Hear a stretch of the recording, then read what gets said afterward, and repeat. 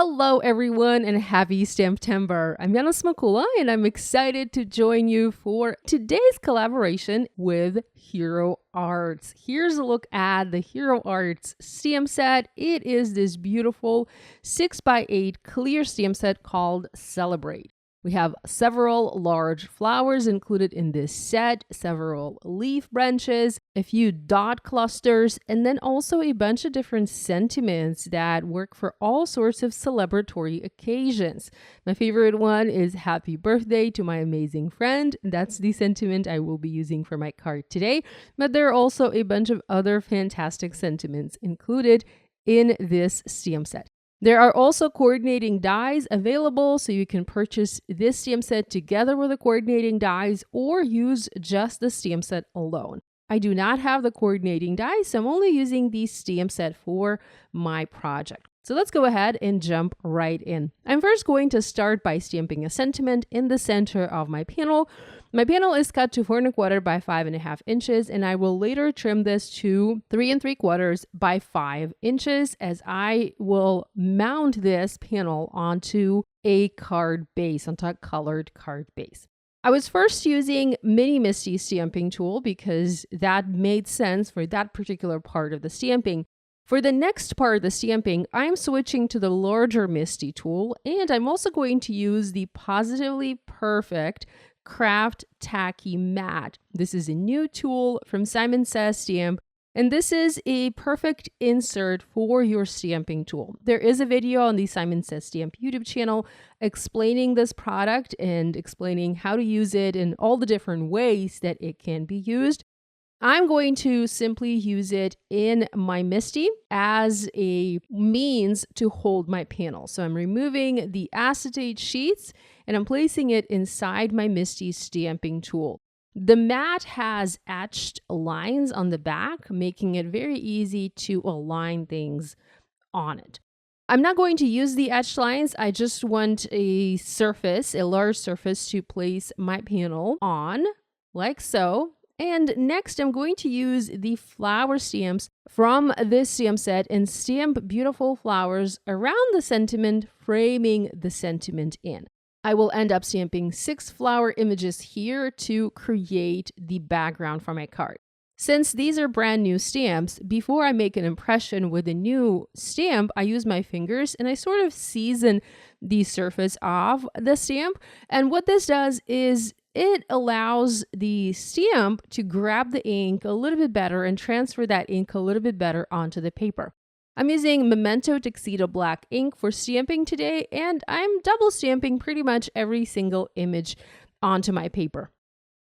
I'm rotating and angling my flowers, making sure that each flower looks slightly different, that the angle of the flower looks slightly different, until I have all of the flowers stamped around the sentiment. Like I said, I end up with 6 flowers, and my plan for this card is to color all 6 using the same colors of markers and pencils. So I will have a simple pink and green color combination with a touch of teal once I'm done with this project.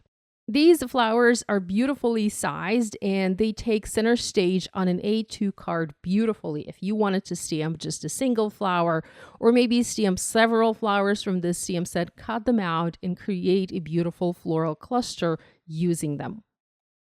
I had to move my panel up a little bit inside my Misty to make sure I had room in there to fit the stem of that last flower. And I'm just going to ink it up and finish stamping my floral frame. Now you can combine, of course, more images. I only used 2 different flowers here. You can use the flowers and the leafy branches if you want. I only wanted to have these beautiful flowers on my panel. With the stamping done, we can move on to coloring.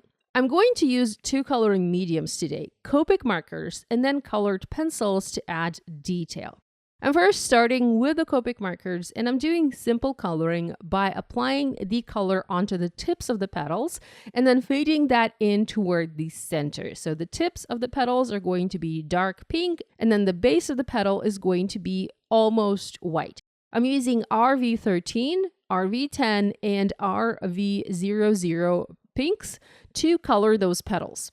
It's very easy to do. It doesn't take long. Plus, I'm only using the Copic markers to apply the initial layer of color. I will add all of the detail and all of the interest by using pencils. So I don't need to spend a ton of time on my Copic marker coloring. I'm coloring one petal at a time, making sure I have all of the petals colored on my flowers. Next, I also color the leaves, and for the leaves, I'm using YG17. This is my darkest green. Next, I have YG03. This is my medium green, and then YG01, the lightest green. So this gives me a very cheerful pink and green color combination. As for the flower centers, I wanted these to be black. So I'm starting with a C3, C5, and then adding shading using a C7 marker. So this creates a dark gray flower center for my flowers. I'm also using my marker to color the little stamens, and I will later come in with a white Jelly Roll pen to add white highlights onto each of those tiny little detail pieces. Okay, here is my coloring done. I colored each flower in the exact same way. And next, I'm going to add some dot details. I probably should have added those at the very end, but I wanted to add them now just to see how those dot details would look on the panel. I'm using VersaFine Onyx Black ink, and I'm stamping these overlapping two elements. So two flowers are being overlapped but by one of those dot clusters. There are two different dot clusters in this stamp set, and I think this makes it very unique because you can do a lot with these little dots. You can heat emboss them in gold embossing powder if you want to have touches of gold, or you can just stamp them using black ink. I'm using my paper trimmer, and I'm now trimming this panel down.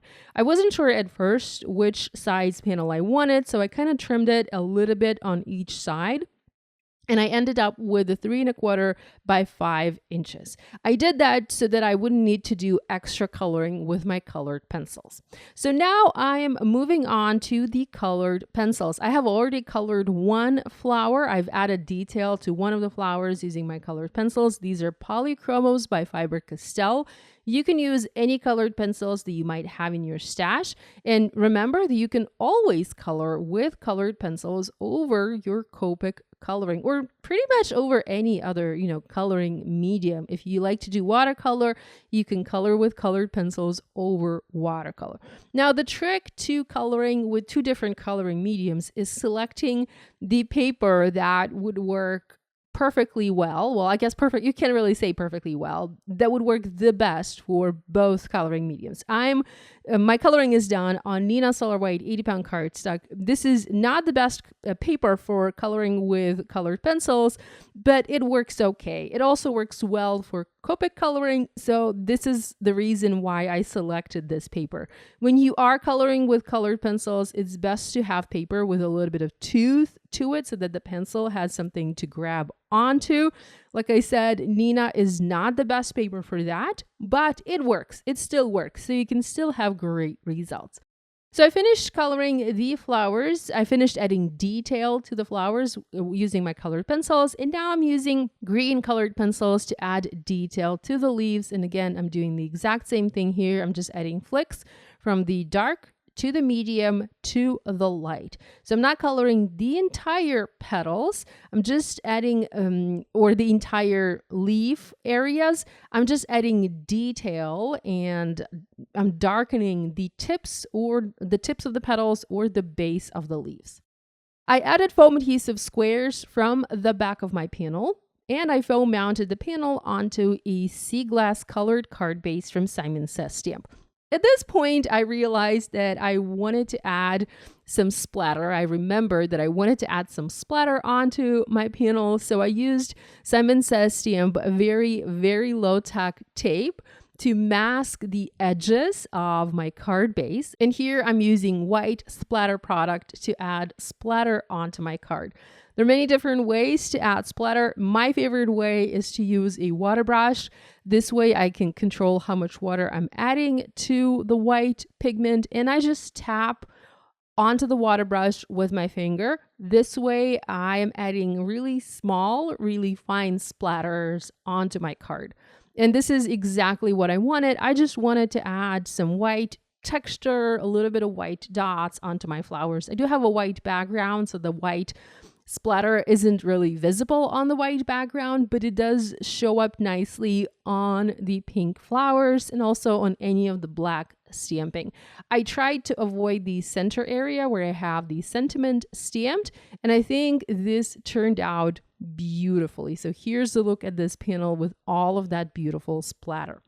Lastly, I could not resist adding a couple of embellishments. Here I have the Northern Lights embellishment mix from Simon Says Stamp. I'm using my embellishment wand and the Barely Art glue.